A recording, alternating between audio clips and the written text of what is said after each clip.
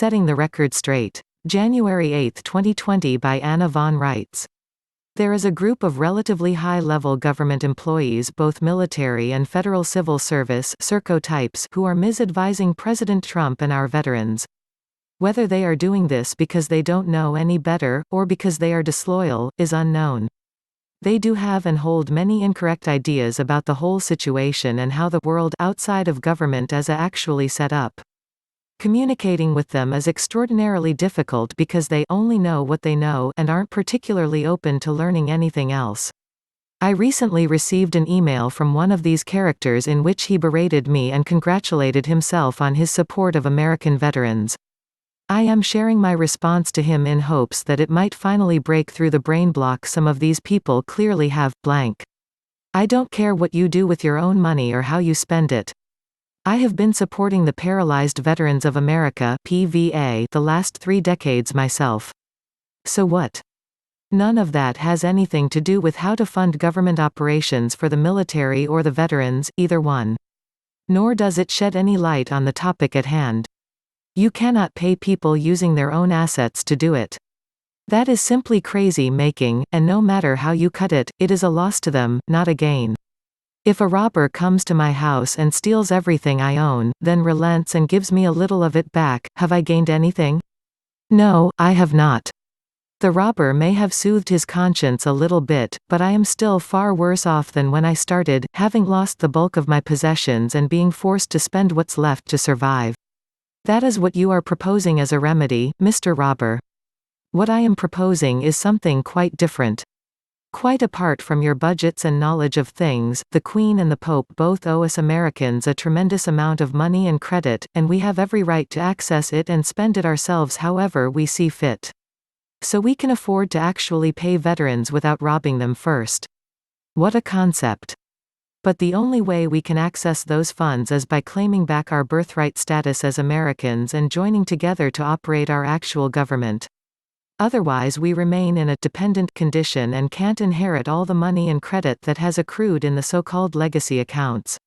So while you and Phil have been fixated on the dribs and drabs and chiseling a little bit more out of what the Queen provides as charity for the paupers, that's what they literally call our veterans, to live on, I have been concentrating on our lawful inheritance and claiming back the money and estate that all our paupers are actually owed. And you have the nerve to accuse me of doing anything wrong?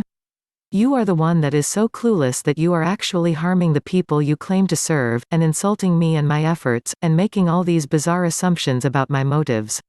I want our property and control of it returned to us, because that is to the advantage of all Americans, including veterans, and it is also what is required by international law and treaty. I want the robbery and give-back system ended, but I have not been vengeful about it. I might add that the very people who suffer the most under this system are our military and federal civil service employees, and that they were the first ones to suffer enslavement under this system of things. Apparently, Mr. Trump has recognized this with his new executive order and has even come up with a new term to describe it: national enslavement.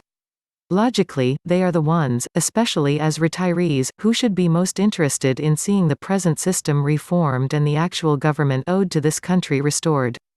There are pledges of their assets and resources actually on the record. FDR's first inaugural address pledged the municipal federal civil service employees' assets to the Pope, and the Territorial Conference of Governors pledged the U.S. military personnel in the same way. Federal employees and retirees have the most cause to object, as technically, nobody has any authority or right over the rest of us to pledge us to anything, whereas for them, the loss of their assets has been a condition of their employment.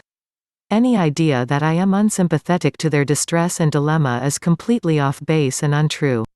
I am simply coming at these issues from a different vantage point, one that is outside the box that our federal employees have been forced to live in.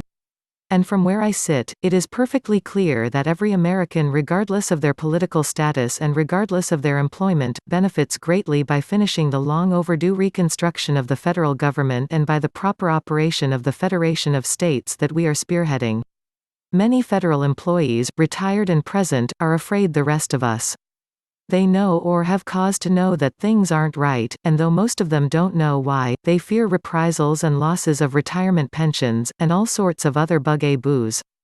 Let's put an end to all that and realize that we are all Americans. It is not possible for something that benefits all of us to be bad for anyone, and continuing to kick against change that restores our lawful government only delays a far better life for everyone concerned, including our veterans and our civil service employees. Help support this work by visiting www.annavonreitz.com and look for the donate button.